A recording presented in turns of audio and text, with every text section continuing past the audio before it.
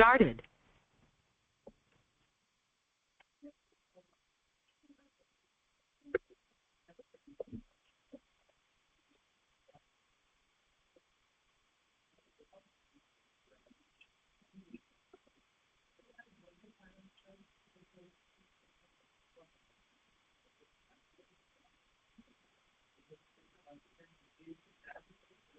नमो लोये सौहरिहन्ताणं नमो लोये सौहृदानं नमो लोये सौभागिर्यानं नमो लोये सौज्यायानं नमो लोये सौत्रिकावती सावनं ओंकारमिन्दु संयुक्त नित्यं जयन्ति योगिनः कामदमोक्षदो चैव ओंकाराय नमो नमः मङ्गलं भगवान् मङ्गलं भूतमूर्ति मङ्गलं कुञ्कुण्डारि विजेन्द्रमोसुमङ्गलं नमः समरिसाराय स्वानुभूत्या चकास्ते स्वभावाय भवाय सर्वाः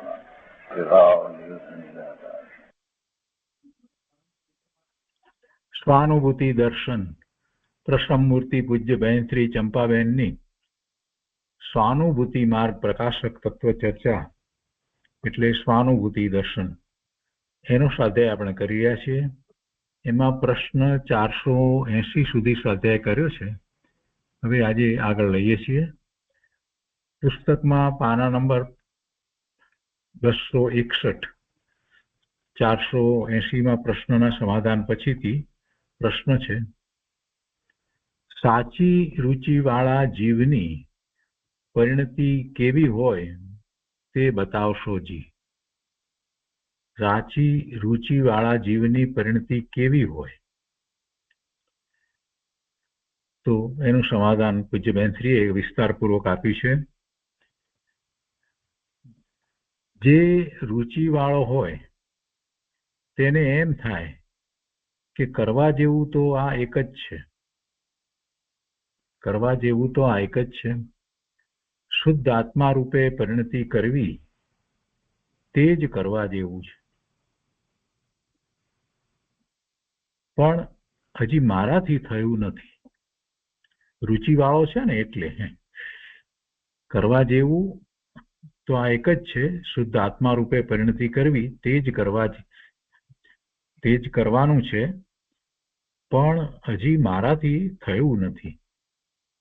આત્મા શુદ્ધ છે, પણ પુરુષાર્થ કરીને શુદ્ધતાને હું પામ્યો નથી.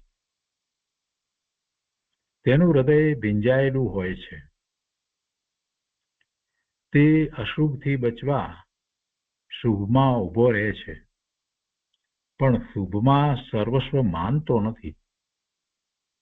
અશુભથી બચવા શુભમાં ઊભો છે, પણ શુભમાં સર્વસ્વ માનતો નથી, શુભમાં ધર્મ માનતો નથી. શુદ્ધ આત્મા રૂપે પરિણતિ કરવી તે જ કરવાનું છે એમ જ્યારે નક્કી છે પણ નથી થતું, તો પણ એનું હૃદય એ છે કે ભીંજાયેલું હોય છે, અને શુભમાં છે તો પણ શુભમાં સર્વસ્વ માનતો નથી. અશુભથી બચવા શુભમાં છે.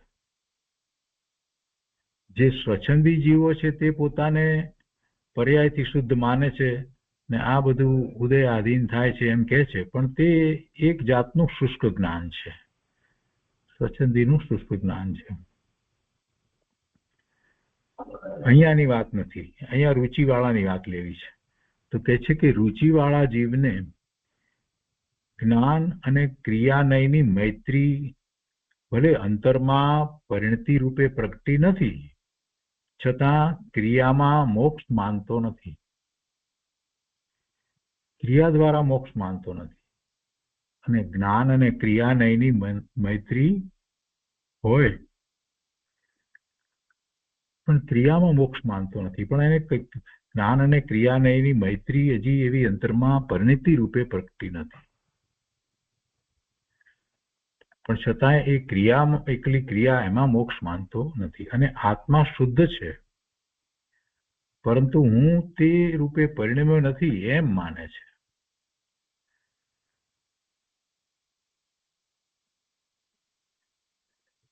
તેને શુભભાવ આવે છે, પરંતુ શુભમાં સર્વસ્વ માનતો નથી. અને શુદ્ધ ભાવ કેમ પ્રગટે તેની ભાવના રહે છે. આત્મા વસ્તુ સ્વભાવે શુદ્ધ છે એવી રુચિ અને ભાવનાથી જે જિજ્ઞાસુ છે, મુમુક્ષુ છે, આત્માર્થી છે, તેનું હૃદય ભીંજાયેલું રહેવું જોઈએ. આત્મા વસ્તુ સ્વભાવે શુદ્ધ છે અને એની રુચિ, એની ભાવના જિજ્ઞાસુને હોય, મુમુક્ષુને હોય, આત્માર્થીને એની ભાવના હોય અને એનું હૃદય ભીંજાયેલું રહેવું જોઈએ. જે શુષ્ક જ્ઞાની છે તેનું હૃદય ભીંજાયેલું હોતું નથી અને બીજા ક્રિયાજળ, ક્રિયાના પક્ષપાતી થઈ જાય છે. આગળ કહે છે, રુચિવાળા જીવને કસાયની ઉપશાંતતા માત્ર મોક્ષ અભિલાષ. કૃપાળુદેવે કહ્યું છે ને, કસાયની ઉપશાંતતા માત્ર મોક્ષ અભિલાષ. માત્ર મોક્ષની અભિલાષા રુચિવાળા જીવને રહે છે. આત્માર્થીને ન શોભે તેવા કસાયો તેને હોતા નથી. ક્રોધ, માન, માયા, લોભ અને નવ કસાયો એ આત્માર્થીને ન હોય. એટલે આત્માર્થીને ન શોભે તેવા કસાયો તેને હોતા નથી. ન શોભે તેવા એટલે કંઈક અંશે કસાય હોય, પણ એવા કસાય ન હોય કે જે આત્માર્થીને, એના આત્માર્થને પ્રગટ થવા ન દે. એવા તો કસાયો ન જ હોય. વળી કૃપાળુદેવનું વચનામૃત આગળ લીધું છે કે ભવે ખેદ અંતરદયા ત્યાં આત્માર્થ નિવાસ. આત્મસિદ્ધિમાંથી જ આ વાત લીધી છે ને, કસાયની ઉપશાંતતા માત્ર મોક્ષ અભિલાષ, ભવે ખેદ અંતરદયા ત્યાં આત્માર્થ નિવાસ. આત્માર્થીનું હૃદય એવું હોય છે કે શુદ્ધાત્મા કેમ પ્રગટે. જિજ્ઞાસા એવી હોય છે કે શુદ્ધાત્માની પરિણતિ કેમ પ્રગટ થાય, તેવી ભાવનાથી તેનું હૃદય ભીંજાયેલું હોય છે. આવા જીવને જ્ઞાન અને ક્રિયાનયના પક્ષપાતી કહેવાતા નથી, પણ તે મુમુક્ષુની ભૂમિકામાં છે. હું આગળ વધી શકતો નથી તેવી ખટકથી તેનું હૃદય ભીંજાયેલું રહે છે. જ્ઞાન ક્રિયાની વાતમાં ગુરુદેવે કહ્યું છે ને, જ્ઞાન ક્રિયાભ્યામ મોક્ષ. તો એનો અર્થ કેટલાક લોકો એવો કરે છે કે જ્ઞાન અને ક્રિયાથી મોક્ષ. એમ તો ગુરુદેવે એની સ્પષ્ટતા કરી કે જ્ઞાન ક્રિયાભ્યામ મોક્ષ જયારે કહેવાયું છે તો કે એ કઈ ક્રિયા, તો કે જ્ઞાનની જ ક્રિયા. જ્ઞાનની ક્રિયા, જ્ઞાનની ક્રિયા એટલે શું? પોતે જ્ઞાન સ્વભાવી છે તો જ્ઞાન દ્વારા પોતે પોતાના જ્ઞાન સ્વભાવે થાય છે. એમ જ્ઞાન અને ક્રિયાની વાત છે. બીજી અન્ય બાહ્ય કોઈ ક્રિયાની વાત નથી. એમાં જ્ઞાન ક્રિયાભ્યામ મોક્ષ કહેવામાં આવ્યું છે. એટલે અહીંયા જ્ઞાન અને ક્રિયાનયના પક્ષપાતી આ જીવને કહેવામાં આવતા નથી. સાચા મુમુક્ષુ છે એને એમ કહેતા નથી, પણ તે મુમુક્ષુની ભૂમિકામાં છે એમ કહેવાય છે. હું આગળ વધી શકતો નથી તેવી ખટકથી તેનું હૃદય ભીંજાયેલું રહે છે. આત્માર્થી ભક્તિમાં જોડાય છે ને યથાશક્તિ વિરક્તિ પણ હોય છે. તે બહારમાં રચોપચો રહેતો નથી. તેને અંદર કસાયની તીવ્રતા વધતી નથી. અંદર કસાયની તીવ્રતા વધતી નથી અને બહારમાં રચોપચો રહેતો નથી. બંને નાસ્તિથી કથન છે, પણ છતાંય મહત્વના છે. બહારમાં રચોપચો રહેતો નથી અને એને અંદર કસાયની તીવ્રતા વધતી નથી, પણ મંદતા હોય છે. તેને આત્માર્થનું પ્રયોજન હોય છે અને એવી અંદરની રુચિ હોય છે. આત્માર્થની રુચિ હોય છે. પ્રયોજન માત્ર એક આત્માર્થનું. આગળ કહે છે, જેને શુદ્ધ જ્ઞાન અને ક્રિયાનયની મૈત્રી પ્રગટ થઈ છે તે જ્ઞાનીની વાત જુદી છે. અને જેને જ્ઞાનનય કે ક્રિયાનયનો પક્ષપાત વર્તે છે, જ્ઞાનનય કે ક્રિયાનયનો પક્ષપાત વર્તે છે, તે અજ્ઞાનીની વાત પણ જુદી છે. જ્ઞાનનય નો પક્ષપાત એટલે એકલું શાસ્ત્રનું જ્ઞાન કર્યા કરીને એને જ જ્ઞાન સમજતો હોય એ જ જ્ઞાન એમ. અને ક્રિયાનયનો પક્ષપાત એટલે કે એકલી ક્રિયા, બાહ્ય ક્રિયા, તો એ પક્ષપાત કહેવાય. તો જેને જ્ઞાનનય કે ક્રિયાનયનો પક્ષપાત વર્તે છે તે અજ્ઞાનીની વાત પણ જુદી છે. જ્યારે આ તો રુચિ વાળો જીવ છે. આગળ કહે છે કે ચૈતન્યનું કાર્ય કરવું એ તારી ફરજ નથી, તારો કાળ નકામો ન ગુમાવીશ. હવે બેનશ્રી ઉપદેશાત્મક વાત કરે છે અહીંયા કે ચૈતન્યનું કાર્ય કરવું એ તારી ફરજ નથી, એટલે કે એ કરવું એ તારી ફરજ છે. ચૈતન્યનું કાર્ય, પોતાનું ચૈતન્ય સ્વરૂપ એનું કાર્ય, એની અનુભૂતિનું કાર્ય એ કરવા યોગ્ય છે. એ જ પોતાનું એકમાત્ર કર્તવ્ય છે. એટલે કે છે કે તારો કાળ નકામો ન ગુમાવીશ. આ મનુષ્ય ભવનો કાળ આત્માને માટે ગાળ, શરીર માટે અનંત કાળ કાઢ્યું, શરીરની સગવડતા માટે અનંત કાળ કાઢ્યો, અનંત કાળ ગુમાવ્યો, કાઢ્યો. એટલે હવે એક ભવ તું આત્માને માટે કાઢ. આ ભવ એવો કાઢ, આ ભવ એવો વિતાવ કે બધા ભવનો અભાવ થઈ જાય. બધા અનંત ભવ શરીર ખાતર, બહારની સગવડતા ખાતર ગાળ્યા, પણ તારા ભવ ભ્રમણનો છુટકારો થયો નથી. આત્માને માટે હવે એક ભવ તો એવો ગાળ કે જેથી તારા બધા ભવનો અભાવ થઈ જાય.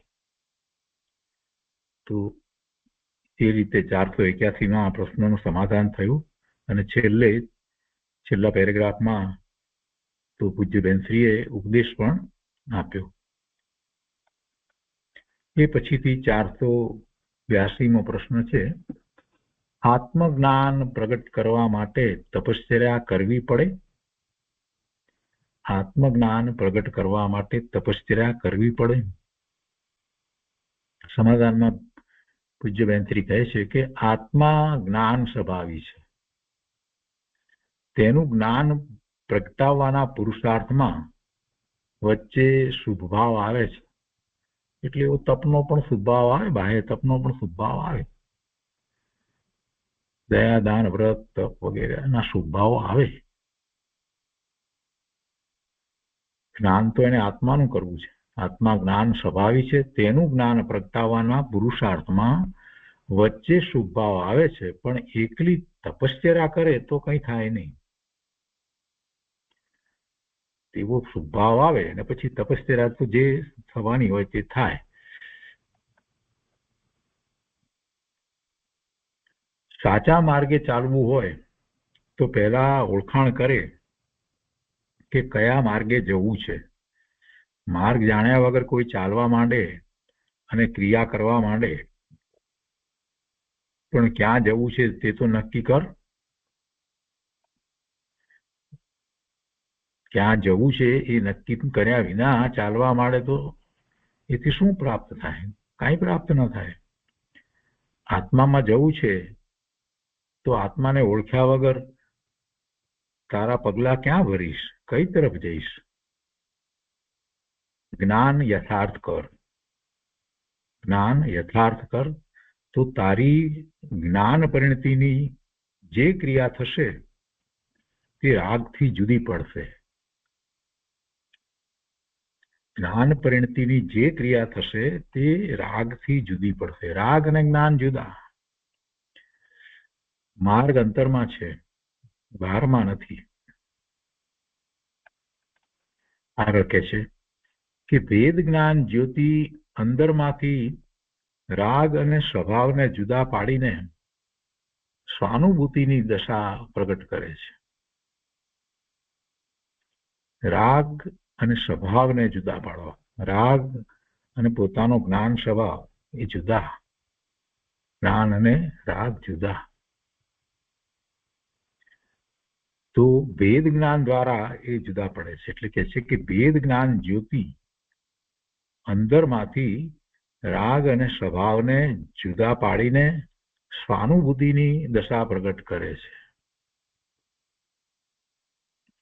સ્વરૂપ લીનતા કરવી તે જ્ઞાન જ્યોતિનો સહજ સ્વભાવ છે.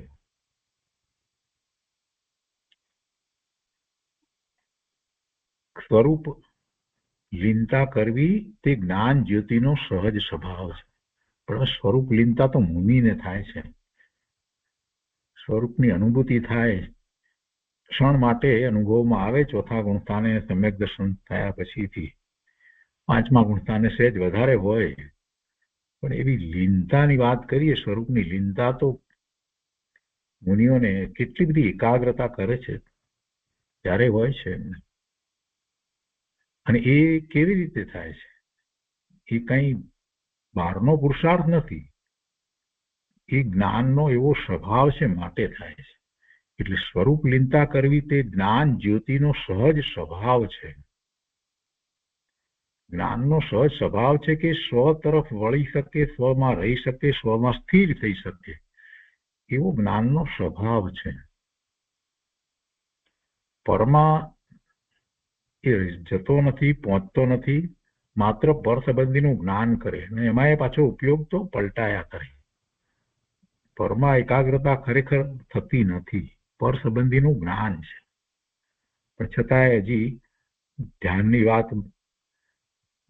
બરાબર ખબર નથી ને, એટલે અનેક પ્રકારે બહારમાં એકાગ્રતાના પ્રયત્નો ને એવા કુંડલીના પ્રયોગો ને આ બધું જીવ કરે છે. એ બધું વ્યર્થ છે, એનાથી કોઈ લાભ થતો નથી. જ્ઞાન દ્વારા જ્ઞાન સ્વભાવને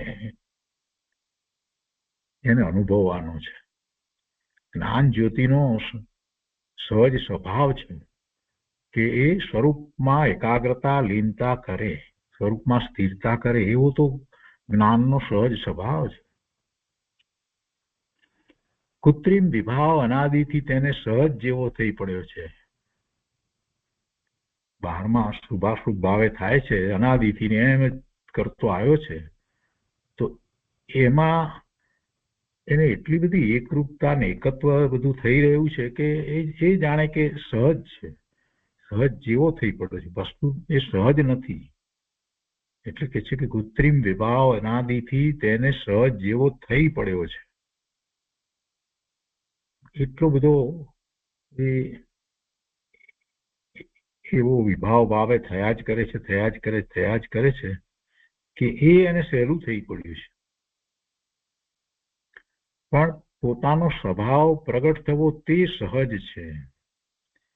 ભલે પહેલી વખત એવું સ્વભાવની અનુભૂતિ થવું, સ્વભાવની અનુભૂતિ થાય એવું પહેલી વખતે અઘરું લાગે, પણ પછી વારંવાર કરતા એ વસ્તુ તો વધારે ને વધારે એમાં એકાગ્રતા થતી જાય છે, આનંદની અનુભૂતિ વધતી જાય છે. એટલે એ સહજ છે, વસ્તુ પોતાની છે. એટલે કે છે કે પોતાનો સ્વભાવ પ્રગટ થવો તે સહજ છે.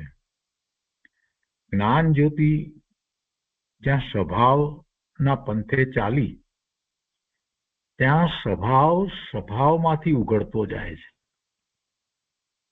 ત્યાં એનો સ્વભાવ એને ઉઘડતો જાય છે. એટલે એને વધારે ને વધારે એ અનુભવાતો જાય છે. અને લીનતા વધતા ભૂમિકા વધતી જાય છે. ગુણસ્થાન શ્રેણીમાં એ ઉપર જતો જાય છે.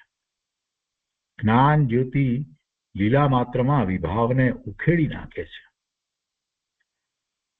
વચ્ચે જે વિભાવ આવે તેને કાઢી નાખે છે. જ્ઞાન જ્યોતિ વિભાવને ટકવા નથી દેતી, વિભાવને ઉખેડી નાખી.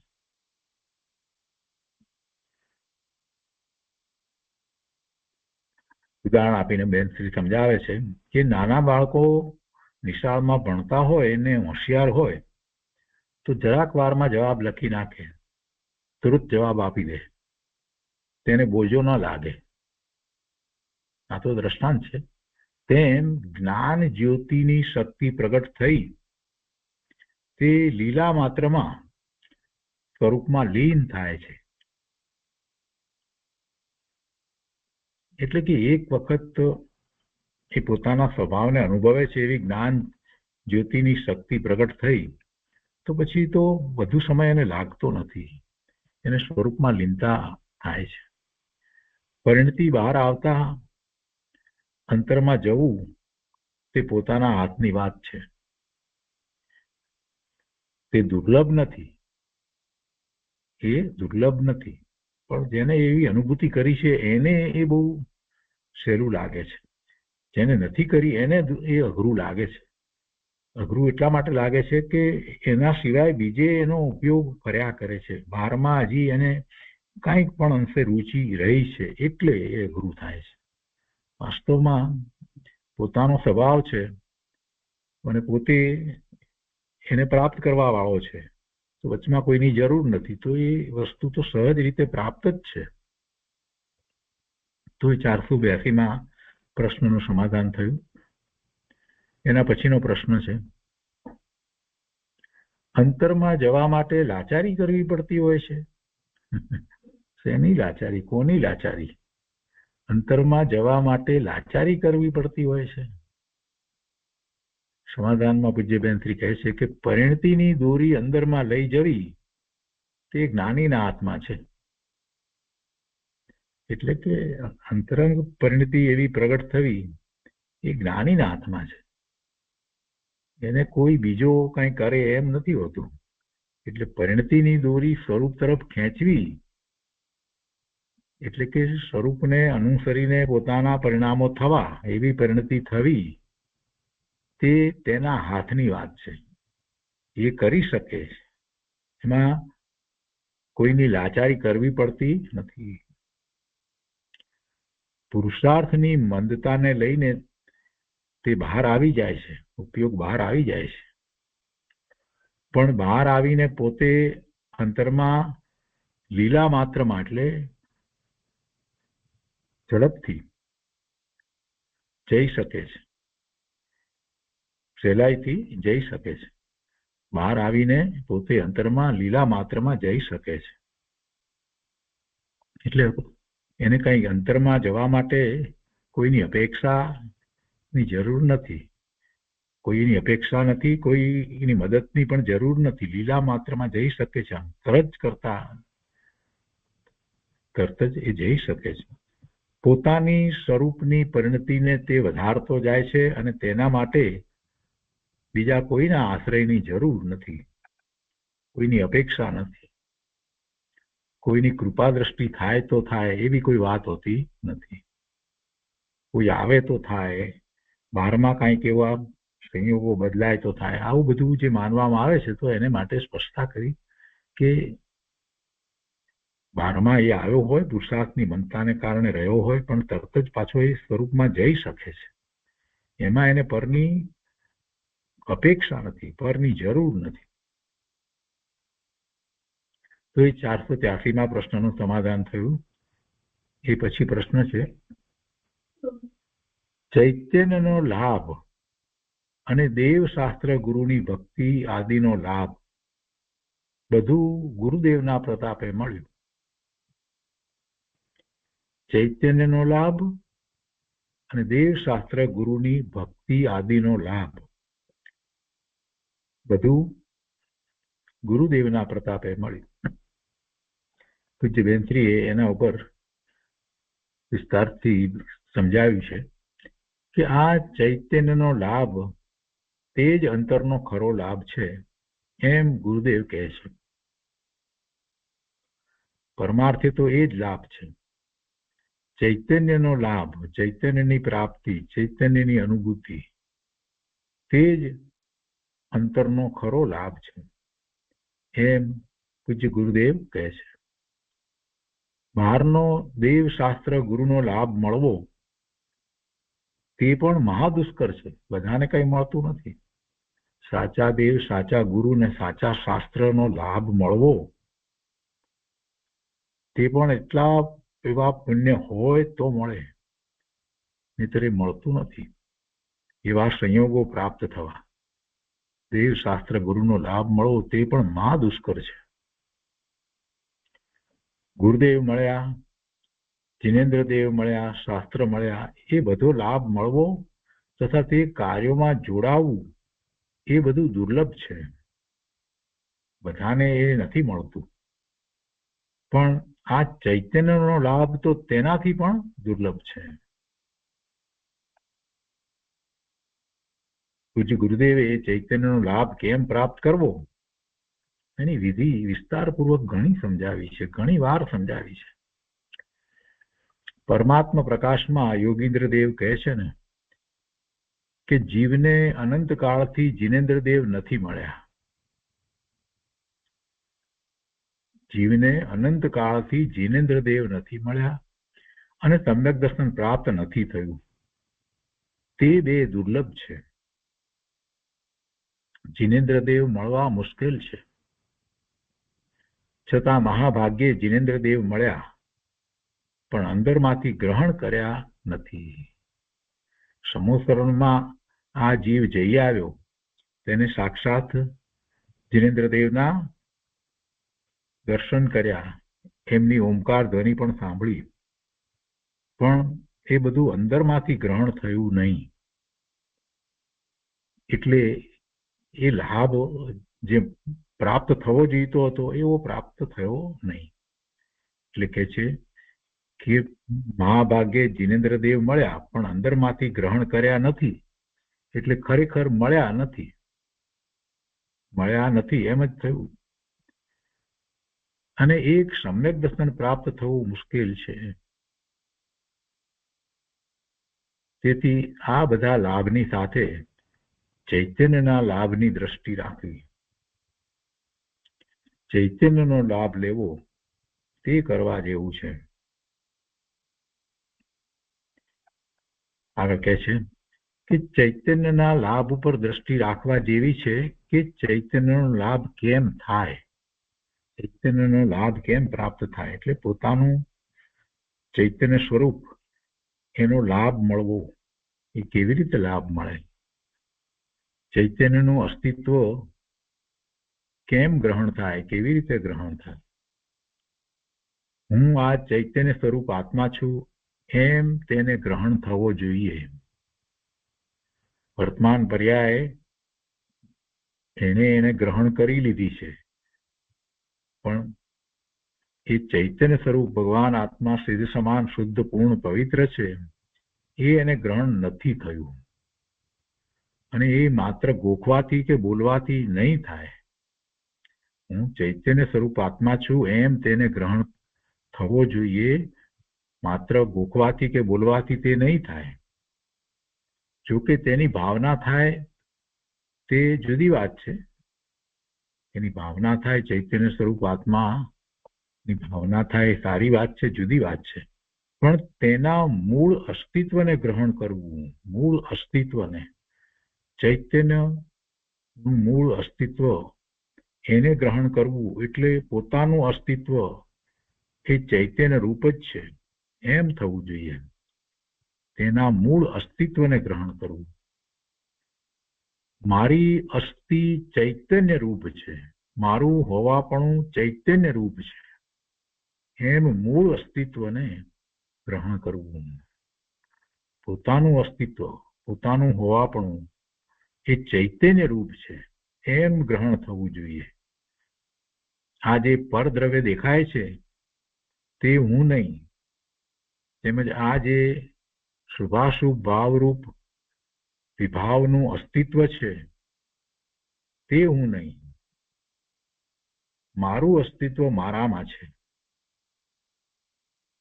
મારું અસ્તિત્વ મારામાં છે, પણ બીજું અસ્તિત્વ મારામાં નથી. એટલે શુભાશુભ ભાવરૂપ વિભાવનું અસ્તિત્વ મારામાં નથી. હું તેનાથી જુદો છું. જે સાધક દશાની ક્ષણિક પર્યાયો થાય તે પણ મૂળ દ્રવ્ય નહીં. સાધક દશાની જે પર્યાયો થાય એ પર્યાયો પણ મૂળ દ્રવ્ય નથી. હું કહેતા જે વાત કરવામાં આવે છે એ હું, જેનું અસ્તિત્વ પોતાનું છે અને એ અસ્તિત્વ એને ગ્રહણ નથી કર્યું, તો એ હું એ કેવો છે એનો નિર્ણય કરી અને એ અસ્તિત્વને જ પોતે સ્વીકારવું જોઈએ. બીજું પોતાનું કોઈ અસ્તિત્વ છે જ નહીં એમ થવું જોઈએ. સાધક દશામાં જે ક્ષણિક પર્યાયો થાય તે પણ મૂળ દ્રવ્ય નહીં. મૂળ દ્રવ્ય તો અખંડ સ્વરૂપે પૂર્ણ છે, અખંડ છે, ખંડ પડતા જ નથી, પૂર્ણ છે. આ પૂર્ણ સ્વરૂપ ઉપર દ્રષ્ટિ કરે તો પૂર્ણતાની પર્યાય પ્રગટ થાય. સાધકપણાની પર્યાયોમાં પણ રોકાવા જેવું નથી. સાધકપણાની પર્યાયો જે થાય ને, જે કાંઈ કરે છે તો જે પર્યાયો થઈ રહી છે, પરિણામો થઈ રહ્યા છે, તો કે છે કે એમાં રોકાવા જેવું નથી. માત્ર એ જાણે કે પોતાના પરિણામ આવા થઈ રહ્યા છે, પણ એમાં રોકાવા જેવું નથી. એ વચ્ચે આવે ખરી, પણ તેમાં રોકાવા જેવું નથી. જે અનાદિ અનંત શાશ્વત પૂર્ણ છે તે તો ચૈતન્યનો લાભ કેમ પ્રગટ થાય એનો વિચાર કરી અને એનો લાભ કેમ પ્રગટ થાય એનો પુરુષાર્થ કરે. જે અનાદિ અનંત શાશ્વત પૂર્ણ છે તે ચૈતન્યનો લાભ કેમ પ્રગટ થાય તે કરવા જેવું છે. તે લાભ પહેલા અંશે પ્રગટ થાય અને પછી પૂર્ણ પ્રગટ થાય છે. તો એ 484માં પ્રશ્નનું સમાધાન થયું. એ પછી પ્રશ્ન છે કે ભગવાનના મંદિરે ટહેલ મારતા મંદિરના બારણા ખુલે છે અને ભગવાનના દર્શન થાય છે, તેમ આત્મામાં ટહેલ કેવી રીતે મારવી? કેમ કે પહેલા કોઈ પ્રશ્નના જવાબમાં પૂજ્ય બેન્સરીએ આ વાત કરી હતી કે ભાઈ ભગવાનના મંદિરે ટહેલ મારતા થોડી રાહ જોતા છેવટે દ્વાર તો ખુલશે ને તને દર્શન થશે, પણ તું પાછો આવી જઈશ તો પછી કેવી રીતે દર્શન થશે? એટલે ત્યાં રોકાવું, એમ પ્રયત્ન કરવો, એ વાત હતી. ત્યારે બેન્સરીએ એ રીતે સમજાવ્યું હતું કે ભગવાનના મંદિરે ટહેલ મારતા છેવટે મંદિરના બારણા ખુલે અને ભગવાનના દર્શન થાય. તો એ વાત જેણે સાંભળી હતી એ અહીંયા પ્રશ્ન કરે છે કે ભગવાનના મંદિરે ટહેલ મારતા મંદિરના બારણા ખુલે છે અને ભગવાનના દર્શન થાય છે, તેમ આત્મામાં ટહેલ કેવી રીતે મારવી? મંદિરમાં તો બરાબર છે, ત્યાં જાય અને બંધ હોય બારણા તો ત્યાં ને ત્યાં એટલામાં ત્યાં જ રહે, ફરે, ત્યાં બારણા ખુલે અને દર્શન કરે. પણ કે છે કે આત્મામાં કેવી રીતે કરવું એમ એ ઉદાહરણ તો સમજાયું. એટલે કે છે કે આત્મામાં ટહેલ કેવી રીતે મારવી? બેન્સરીએ એનું સમાધાન આપ્યું છે કે જેમ ભગવાનના મંદિરને દ્વારે ટહેલ મારતા બારણા ખુલે અને દર્શન થાય, તેમ ચૈતન્ય ભગવાનના દ્વારે ટહેલ મારવા જેવું છે. ચૈતન્ય ભગવાનના દ્વારે ટહેલ મારવા જેવું છે. ટહેલ મારી તેનો સ્વભાવ ગ્રહણ કરી અંતરમાં ચૈતન્યની સ્વાનુભૂતિ કેમ પ્રગટ થાય તે કરવા જેવું છે. તો હવે ટહેલ મારવાની રીત બતાવે છે કે વારંવાર હું જ્ઞાયક છું એમ તેની ધૂન લગાવવા જેવું છે. ચેતન છું, ચૈતન્ય મહાસ્વરૂપ ભગવાન આત્મા છું, વારંવાર જ્ઞાયક છું એમ તેની ધૂન લગાવવા જેવું છે. હું ચૈતન્ય છું, મને ચૈતન્ય દેવના દર્શન કેમ થાય? ચૈતન્ય દેવના દર્શન થાય અને મારું મંગળ મંદિર કેવી રીતે ખુલી જાય? એમ વારંવાર ત્યાં ટહેલ મારે. ટહેલ મારવી એટલે એવું ચિંતન કરવું, વારંવાર એ ચિંતવા કરવું, એમ કહેવાનો આશય છે. વારંવાર ત્યાં ટહેલ મારે તો ચૈતન્ય દેવનું મંગળ મંદિર એકવાર ખુલી જશે અને તેમાં ચૈતન્ય ભગવાન બિરાજે છે તેના સ્વાનુભૂતિમાં દર્શન થશે. વારંવાર પ્રયત્ન કર તો અંતરમાં મંગળ મંદિર ખુલી જશે અને મંગળતાથી ભરેલા ચૈતન્ય દેવ પ્રગટ થશે.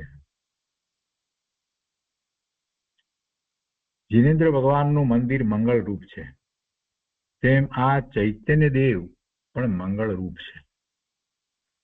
મંગળ મંદિર અંતરમાંથી ખુલી જતા અંદર ચૈતન્ય દેવ મંગળતાથી ભરેલા છે તે પ્રગટ થશે.